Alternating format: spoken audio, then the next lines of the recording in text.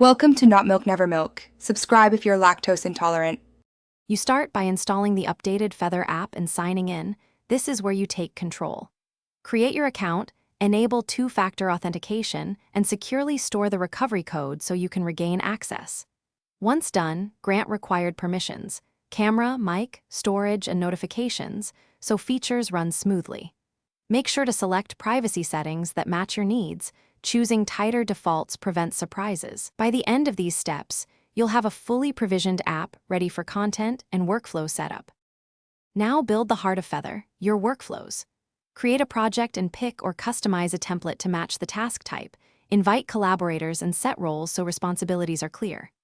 Integrate calendar and cloud storage, add Slack or other integrations, and paste API tokens where required. Once integrations are connected, customize views, Kanban, list, or calendar, and apply filters and sorting to surface priority items. This detailed setup streamlines day-to-day actions and prevents duplicate work across tools. Finish by validating everything. Add a test task, attach a file, assign it, and confirm notifications arrive.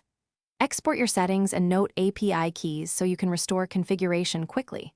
Archive or clean old projects to keep the workspace responsive.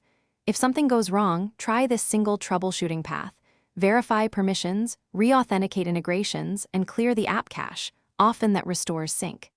If issues persist, reproduce the problem. Capture logs and contact Feather support with the steps you took.